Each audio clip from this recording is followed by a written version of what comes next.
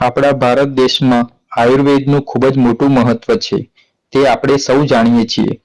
આપણે એ પણ ન ભૂલવું જોઈએ કે કોરોના મહામારીમાં સ્વાસ્થ્યને તંદુરસ્ત રાખવા આયુર્વેદે મોટો ફાળો ભજવ્યો હતો.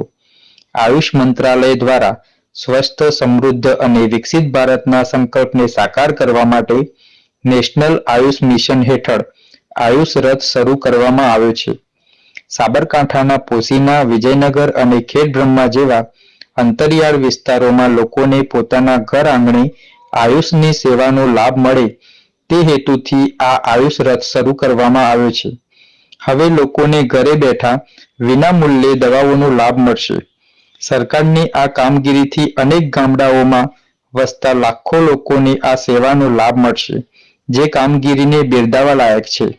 રિપોર્ટર અવિનાશ નાયક, ગુજરાત નિર્માણ.